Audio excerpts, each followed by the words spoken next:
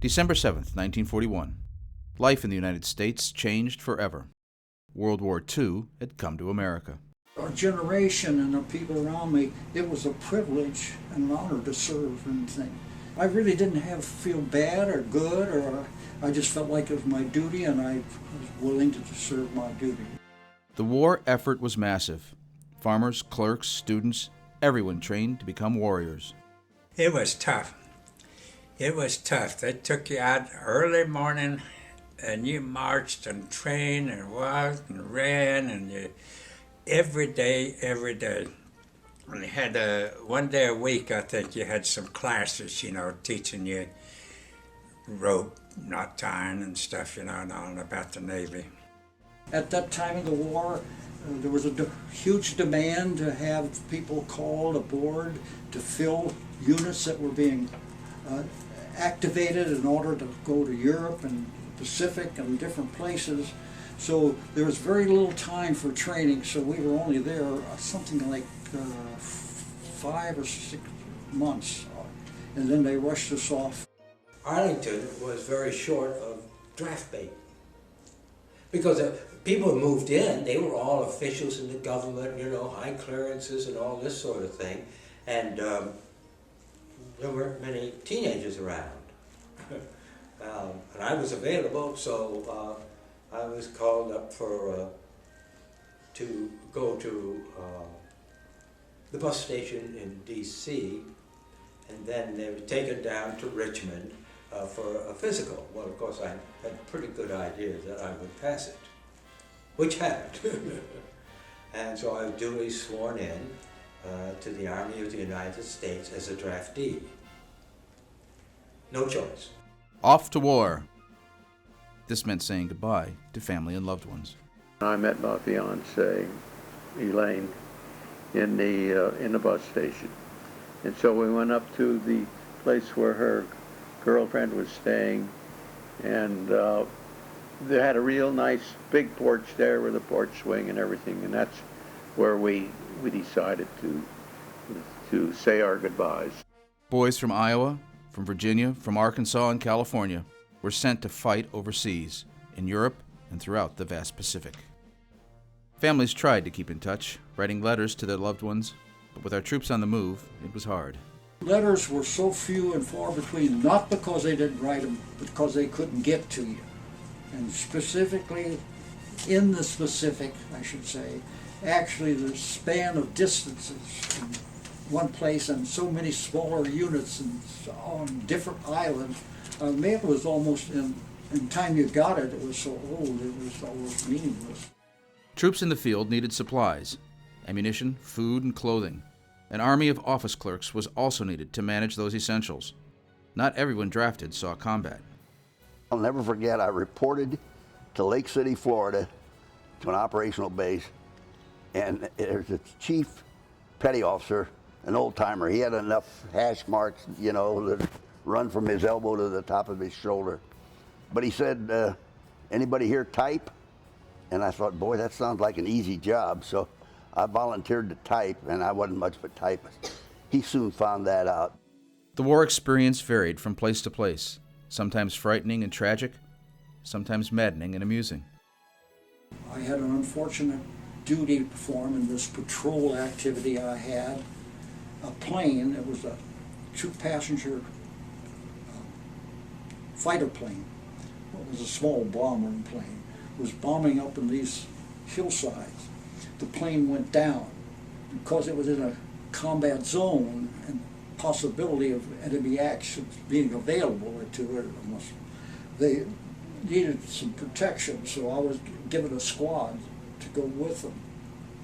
So we went up into the hills and we were given directions where to go by the infantry, and we got there and we found the 2 pilots tied to a tree, and they had dismembered the body from tip to toe. You putting me in this vehicle reminds me of it. He gave me his Jeep. He said, I don't like to drive that. And he said, Hunter, you drive me. He said, you can keep that Jeep, but you better be there when I want to go someplace. So I had the privilege for 3 or 4 months of sort of having my own personal Jeep, that it did belong to Chief Wooten, though. And we were anchored right off a little island of Marinduque, the name of the island in the Philippines. And war ended, everybody just going crazy, and we jumped ship, went ashore, and we were in this house drinking the local alcoholic beverage. I don't even remember what it was called, but it was awful. But you felt it. And and this woman there, she made some eggs, you know, and I said, I love fresh eggs. I'd love to have some fresh eggs. And she cooked me a couple of eggs, you know, scrambled them, and I sit there and eat them. There's a black spot on the plate, you know, and I didn't bother me. I ate the eggs, ate all of them, and the thing of that is a cockroach.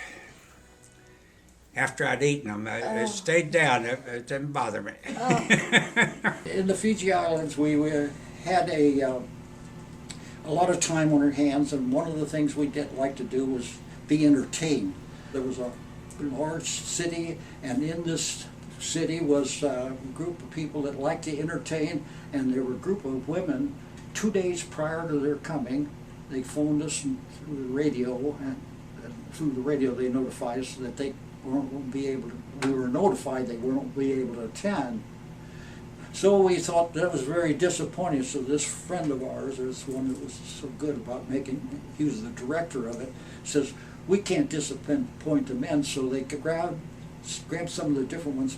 Little short guy, big fat Italian with a hairy arms and all chest and everything, and they dressed him in hula hoops, grass skirts, and for upper pieces they used coconut halves on one of the biggest ones, the big tall one, and the youngest one had helmet liners to make the upper part of the body.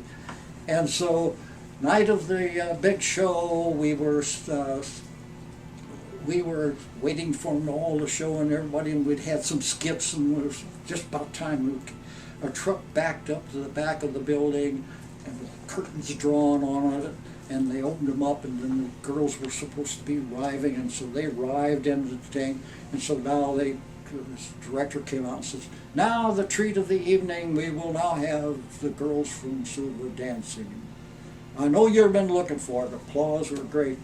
Out come these group of men, and they danced and hula and so forth.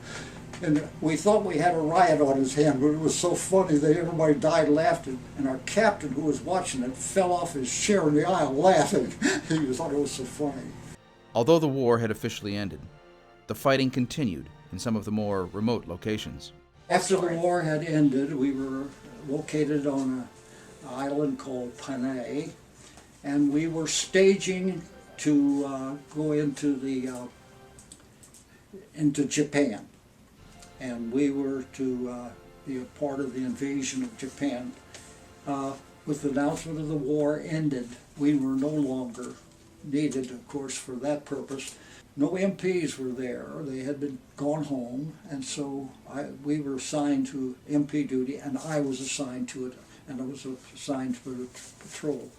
In a reconnoitering type of mode, I was to investigate some of the guerrillas, the Filipino guerrillas that had fought against the Japanese, and they were doing raids against their own people because they needed food, scavenging type thing. And I got a report to investigate and see if it was a real incident and get help if I would have needed it. As I arrived at night, we discovered them in one of the huts, and they came outside, and some firing took place, and I caught a bullet in the neck area. And from there I went straight home. With peace finally restored, the most massive movement of men, women, machines, and supplies ever mounted was over. It was time to come home. I remember the trip back. Again, it was slow, 10 days, I believe. USSR victory. And then we came in, it was exciting to come in. We had to wait till the proper tide, I suppose, which had to be in the daytime because we were going to offload. I remember we were all standing on one side of the ship because we were going past the Statue of Liberty.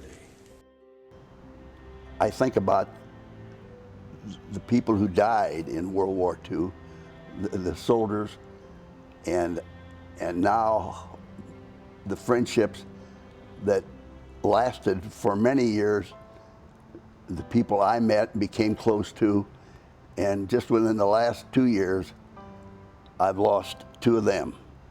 So they're really, and I've heard that the count on World War II veterans passing away is very, very high, and soon there won't be many of us left.